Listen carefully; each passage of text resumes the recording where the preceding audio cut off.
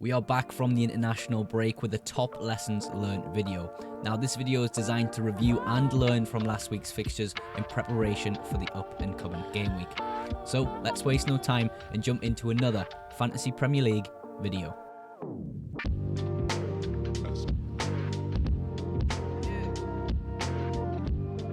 Welcome to the new series on the FPL Mugs YouTube channel, Top Lessons Learned. Now, this video idea is constructed in a way to review the last game week and prepare ourselves for the future game weeks coming up with relevant information, injury news, stats, and much more. So we're going to go through it fixture by fixture.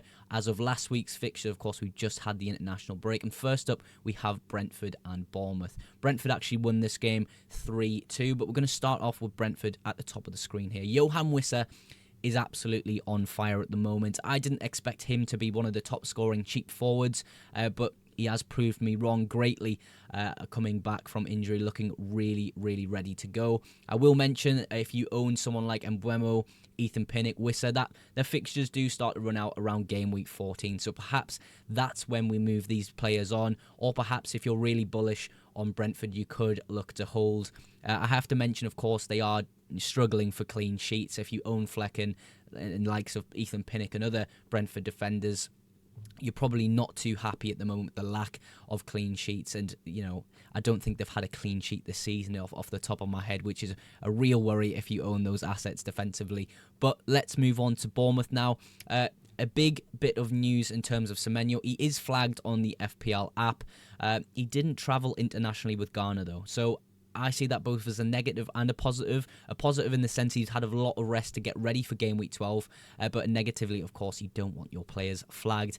For me, I think he'll be okay for game week 12, but more information to come on Semenyo this week. Evan Nielsen has scored 3 in his last 3 games, sort of going under the radar as a pick, and with the good long-term fixtures for Bournemouth up until around game week 20, in my opinion, he could be someone you look to go towards for a cheap forward. Crystal Palace and Fulham. Fulham coming out on top in this fixture with 2-0. We'll start with Crystal Palace. Erebici Eze seems to still be out. I haven't seen any information on him as of yet in terms of if he's back or not. I suppose we'll have to wait until further down the line to get some more information about Erebici Eze. But for now, I don't really see him as an option, even if he was extremely fit and ready to go. Sadly, that is the case with Erebici Eze. Fixtures, they really aren't too great, apart from the Ipswich fixture in 14. And even then, I think Ipswich will give them a really good game, as we've seen Ipswich just coming out on top against Spurs. And I have to say, Crystal Palace is probably a team to target. It's probably amongst the sort of newly promoted sides in Crystal Palace are the teams to be looking at targeting at the moment, in my opinion. In terms of Fulham, I mean, great injury record in terms of staff. You know, not many injuries come out of Fulham ever, so no major issues in the squad, of course.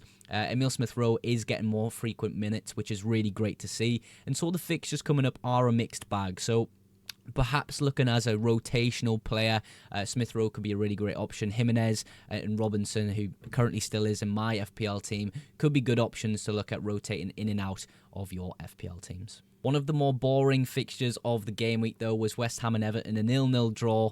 In terms of West Ham, Kudus is still suspended up until the 3rd of December. However, the fixtures are looking a little bit better from 14 to 18 for West Ham. So potentially looking at someone in that gap, potentially a Bowen is a transfer and could be the move. However, I'm not too sure West Ham are the team to be bringing in at the moment. However, Bowen did score an amazing goal for England. I had to add this onto the slide because it was such a well-orchestrated set piece and the finish was absolutely fantastic from Jarrod Bowen. Potentially a little bit of confidence injected into Jarrod Bowen, which I think improves his game greatly.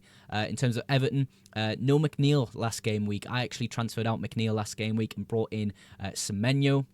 Branthwaite played the 90 minutes last fixture as well, which is great news for Everton. It's such an amazing defender. Dominic Calvert-Lewin, those who brought him in, I think are going to be greatly disappointed. There's simply no output and he's struggled greatly in front of goal. Something to maybe consider as a transfer out, in my opinion. Wolves versus Southampton, a 2-0 victory for Wolves, where Cunha and Aït-Nouri looked like fantastic assets to be bringing in at that week. Of course, it was bound to happen against a newly promoted Southampton side who really are struggling in the Premier League at the moment. I have to mention with Wolves, their long-term fixtures look fantastic up until 17/18. These assets are probably going to be main core parts of our team, or rotational assets in our team as well. I have to mention with Southampton, they are the second worst expected goals conceded in the entire Premier League. The fixtures look really difficult for a few weeks, and I have to say they're really struggling to adapt to the Premier League. Brighton versus Manchester City. Brighton actually coming on top in this fixture, 2-1. Squad players for Brighton are slowly returning back into the squad. So in the next few weeks, we could see a full Brighton team with a few options we could consider. For me, João Pedro, Matoma and Welbeck all look good options from next week, or even this week onwards, to be honest, because the fixtures till 18 now do look really good for Brighton. In terms of City, of course, injuries are a big struggle at the moment. They have just been beaten by Bournemouth and, of course, Brighton in their last two. And sort of the main topic I wanted to bring in this section of the video is Haaland actually too expensive?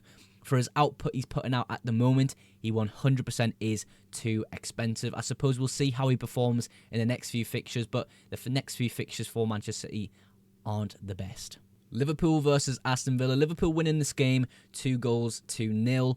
Trent could be missing out on game week 12. However, we haven't had any definitive news regarding that topic. I have to mention that Mohamed Salah is just an absolute monster of an FPL asset. I'm looking to transfer in Mohamed Salah, especially this week for that Southampton fixture. I think it could be a really, really amazing fixture for Liverpool coming up for game week 12. In terms of Aston Villa, I think Rodgers still is one of the better cheap midfielders in the game. His minutes are simply fantastic, and he links up play so well for Aston Villa. Watkins, however, on the other hand, has been subbed quite early in the last fixture, around the 64th minute, so someone to be considering moving out potentially. However, the fixtures are looking really good in sort of the next 4 or 5 game weeks, so potentially a hold, but I wouldn't blame people if they look to sell Ollie Watkins with the reduced minutes he's getting lately. Manchester United winning 3-0 against a Leicester side. Big news for Manchester United, of course. Ruben Amorim has now been appointed head coach, has got his visa, and he's ready for the next fixture of Ipswich away from home. Of course, Everton just to follow after that as well. The main thing with Manchester United and Manchester United assets in FPL is we really don't know what the lineup's going to be like. I suppose we can guess a few different players, sort of popular players who are really core assets to Manchester United, the likes of Bruno Fernandes and players like that. But yeah, I suppose we're going to wait and see after this Ipswich fixture who's going to be the main men for Ruben Amorim. We'll move on to Leicester, of course. Buonanotte is still suspended till the 30th of November, and again, their expected goals conceded, as all the newly promoted sides, very, very poor. So, yeah, potentially, if you own Leicester defenders and they're a main part of your defence, I would definitely look to move them on. One of my favourite games of the game week, a 3-1 victory to Newcastle against a really strong Forest side. The fixtures for Forest are turning for the worst at the moment. If you've got the likes of Chris Wood, Aina, Hudson-Odoi, Sells, those players could be looked to move on, in my opinion, with the fixtures really not looking great, apart from the game week 13 fixture of Ipswich at home. Of course, no major squad concerns, but they are going to be facing Arsenal and Manchester City away from home in their next 3 games, which really isn't great. In terms of Newcastle, I think some options are starting to emerge. The likes of Isak seems to be back at his best, really putting in great performances for Newcastle at the moment. And Tino, Livramento and Lewis Hall, both cheap assets, looking great as defensive options in my opinion. Of course, beating a Forest side away from home is a really great feat for Newcastle. The penultimate fixture to the video, Spurs getting beat by Ipswich at home 2-1. Mickey van der Ven, is he on his way back for Spurs? I'm not too sure if that's going to be the case. We're going to have to wait again till these press conferences later in the week, perhaps even Friday, to get more information on that Spurs defender, because if it's the case he is back, obviously Spurs defence is going to be a lot stronger than it is without him. Of course, Manchester City at home this week isn't a fantastic fixture, and of course, people who own James Maddison are going to be a bit disappointed. His minutes have been really poor lately. In terms of Ipswich, we have up-and-coming fixtures which are kind of okay. Not the best, not the worst. Sammy Szmodics and Liam Delap scoring the goals against Spurs, and I believe Delap actually assisting Sammy Szmodics in that fixture, get their first win of the season. Perhaps a good sign for things to come for Ipswich Town. To end today's video, we've got a Chelsea and Arsenal draw, 1 apiece, and I have to say, Cole Palmer is back in Chelsea training. I've spotted him in a training video in the very back, so it's great to see him back training for Chelsea. Of course, the fixtures coming up for Chelsea look fantastic, and in terms of lineups, I suppose we can kind of almost predict each week what their lineup's going to be. In terms of possible rotation, it's more sort of the fullback positions that are getting rotated in and out. You've got Reece James, Cucurella and Gusto all battling for those fullback positions. In terms of Chelsea defenders as assets and potentially bringing them in, I think Sanchez and perhaps even Colwill are great options to be looking at, especially with the good fixture run up and coming. In terms of Arsenal, we have Saka flagged at the moment. In terms of fixtures, though, they're looking really positive going forward. And I think getting back into the title race, you know, it's going to be a good run of fixtures for Arsenal to give that a good go. I do think the form has kind of dropped as of late, and perhaps with Ben White, they could look a bit weaker defensively, but Timber is a really great option at right back, in my opinion. Maybe, you know, not as much chemistry in terms of with Bukayo Saka as Ben White and Saka have, but I think it is positive that I have some really great, strong squad players to come in and fill the gaps when injuries are present in the squad.